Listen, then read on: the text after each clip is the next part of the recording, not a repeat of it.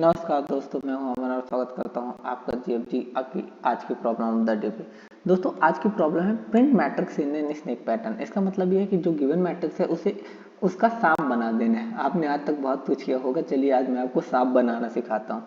अब इसकी पॉइंट भले ही 2 दिया गया है, बट मेरे हिसाब से इसकी पॉइंट 1 होनी चाहिए, क्योंकि ये बहुत ही ईजी प्रॉब्लम है।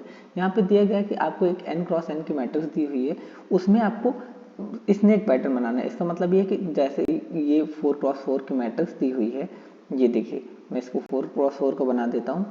1 2 3 4 4 रो और 4 ही कॉलम। ये देखिए ये 4 कॉलम हो गए और 4 रो हो गए। अब इसके बाद हमें क्या बोला गया, हमें बोला गया पहली बार हम सीधा प्रिंट कराएंगे, दूसरी बार हम उल्टे साइड से प्रिंट कराएंगे, यानी 10 20 30 40, फिर उसके बाद 80 70 60 50, फिर तीसरी बार सीधे साइड से 27 29 47 48 और फिर पीछे साइड से 50 39 33 32।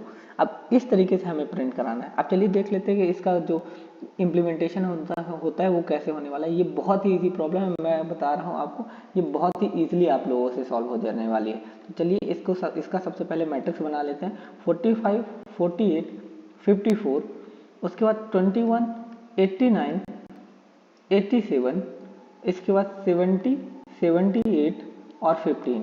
अब इसमें हमें इसमें हम क्या करने वाले हैं, इसमें हम सबसे पहले सीधा प्रिंट कराएंगे, फिर उल्टा प्रिंट कराएंगे, फिर सीधा प्रिंट कराएंगे। तो चलिए इसका कंप्लीट कोडिंग इम्प्लीमेंटेशन देख लेते हैं, वो भी बहुत जल्दी। तो चलिए ये है इसका कोडिंग इम्प्लीमेंटेशन। इसका कोडिंग इम्प्लीमेंटेशन जो है वो काफ़ी इजी इसलिए होने वाला है क्योंकि सिर्फ इसमें हमें एक एक्स्ट्रा वेरिएबल यूज़ करने वाले हैं, जो है रिवर्स। तो यहाँ पे जो ये रिवर्स वेरिएबल है, सिर्फ इसका बस एक्स्ट्रा यूज़ होने वाला है। यहाँ पे हमें आंसर नाम के वेक्टर में रिटर्न करना है, इसलिए हमने एक आंसर नाम का वेक्टर ले लिया है। उसके बाद हमने क्या किया, हमने बोला कि बूल रिवर्स, यानी एक रिवर्स नाम का वेक्टर है जो ये हमें ये रिवर्स नाम का वेरिएबल है जो हमें ये बताएगा कि किस साइड प्रिंट करना है। अभी हमने रिवर्स बोला है फॉल्स, इसका मतलब ये है कि हमें सीधे साइड प्रिंट करना है। इसके बाद मैंने बोला एक फॉर लूप आई से लेके जब तक मैट्रिक्स की साइज है तब तक चलाना है। इसके बाद मैंने बोला अगर रिवर्स फॉल्स है, यानी अगर रिवर्स नहीं करना है तो हमें सीधा सीधा प्रिंट कराना है।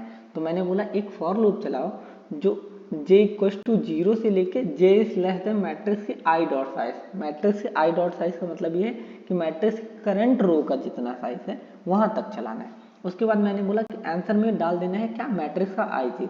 तो यहाँ पे आई की वैल्यू 0 थी और यहाँ पे क्योंकि रिवर्स की वैल्यू इनिशियली फॉल्स हमने मार्क की थी, तो रिवर्स की वैल्यू इनिशियली फॉल्स है।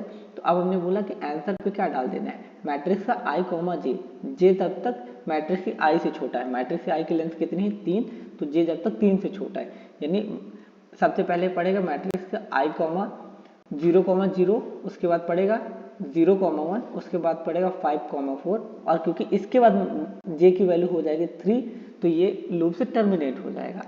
अब हमने क्या कहा, अब हमने कहा कि एक काम करना, इफ कंडीशन एग्जीक्यूट हुई उसके बाद ये एल्स को एग्जीक्यूट नहीं करेगा, क्योंकि इफ एग्जीक्यूट हो गई थी तो ये डायरेक्टली बाहर आएगा और बाहर आते हमने क्या कहा, reverse equal to not reverse कर देना है। यानी अगर रिवर्स में ट्रू पड़ा हुआ है तो रिवर्स पे फॉल्स कर देना, और रिवर्स पे अगर फॉल्स पड़ा हुआ है तो रिवर्स पे ट्रू कर देना।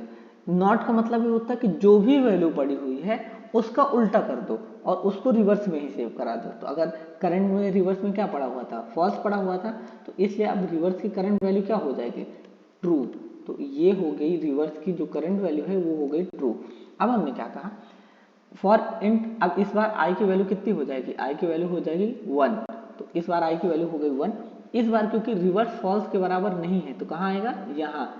तो इस बार हम क्या बोल रहे हैं, हमने बोला एक जे वेरिएबल ले लेते हैं जिसको मैट्रिक्स के साइज के बराबर कर देते हैं। मैट्रिक्स से आई का साइज कितना है 3, तो हमने बोला 3 - 1 मतलब 2, क्योंकि एरे 0 बेस्ड इंडेक्सिंग लेता है तो इसलिए हमने 3 - 1 किया, यानी अब 2।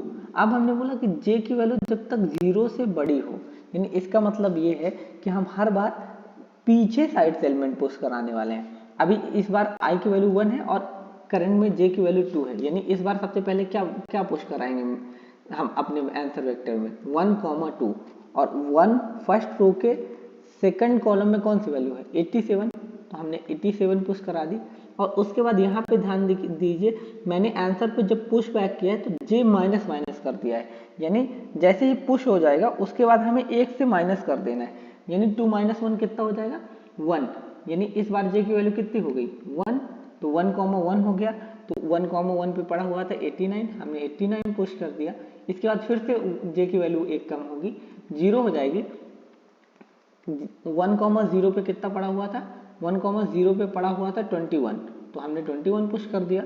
इसके बाद हमने क्या कहा, क्या इस बार 0 की वैल्यू कितनी हो जाएगी -1, और हमने चेक किया कि क्या जे की वैल्यू 0 से बड़ी या बराबर है, नहीं, इस बार 0 से छोटी हो गई है, तो ये वाला वाइल लूप हट जाएगा।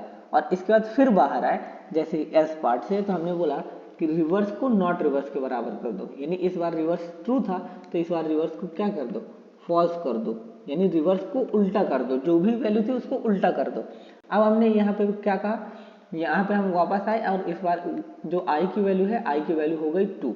अब इस बार हमने कहा क्या रिवर्स फॉल्स के बराबर है, जी हाँ, रिवर्स इस बार फॉल्स है, तो हमने कहा j इक्वल टू 0 से लेके j is less than i dot size, यानी 3, अभी 3 उस पे आंसर पे पुश कर देना। तो यहाँ पे हमने बोला कि सेकंड के 0 को मैट्रिक्स से सेकंड रो के 0 कॉलम को पुश कर दो, तो हमने मैट्रिक्स से सेकंड रो के 0 कॉलम को पुश कर दिया, यानी सेकंड रो के 0 कॉलम पे क्या पड़ा हुआ था, 70 पड़ा हुआ था, तो हमने 70 पुश कर दिया आंसर वेक्टर पे। उसके बाद जे की वैल्यू को एक और बढ़ाएंगे तो आएगा 78 और उसके बाद 15, तो हमने क्या कहा 78 और 15। सॉरी मेरी जो पेन है वो करंटली चल नहीं रही है, बट इसके बाद जो फाइनल आंसर हमारा होने वाला है वो यही होने वाला है, 48, 45, 48, 54, 87, 89, 20, 70, 78, 21, 70, 78, 15। ये देखिए 21, 70, 78 और ये लास्ट वाली वैल्यू है वो होने वाली थी 15, क्योंकि हम अपन उल्टा ऑर्डर में प्रिंट कराने वाले, लास्ट वाली वैल्यू होने वाली थी 15। और जो ये हमारा ओवरऑल कोडिंग इम्प्लीमेंटेशन है वो ये होने वाला है, ये आंसर वेक्टर है, ये रिवर्स हमने किया, और जो भी हमने आंसर वेक्टर पे सेव करा है उसे एट लास्ट हम रिटर्न करने वाले हैं। आज थोड़ा सा मेरी पेन इशू कर रही है, मैं कल इसके जो इंक है वो सेल चेंज कराने वाला हूँ, बट आज के लिए थोड़ा एडजस्ट कर लीजिए। तो ये बहुत ही सरल कोडिंग इम्प्लीमेंटेशन था। यहाँ हमने जो टाइम कॉम्प्लेक्सिटी ली है वो क्या ली है, यहाँ पे हमने ये एक फॉर लूप अंदर लगाया है और एक फॉर लूप बाहर लगाया है, यानी ओवरऑल टाइम कॉम्प्लेक्सिटी इसको होने वाली है ऑर्डर ऑफ n², और जिसकी स्पेस कॉम्प्लेक्सिटी है वो होने वाली है ऑर्डर ऑफ n, क्योंकि हमने आंसर नाम का वेक्टर एक लिया है। तो ये हो गई इसकी स्पेस कॉम्प्लेक्सिटी, ये हो गई इसकी टाइम कॉम्प्लेक्सिटी। अगर आपको हमारा एक्सप्लेनेशन अच्छा लगा हो तो कृपया लाइक, सब्सक्राइब, शेयर करना ना भूलें। Thank you.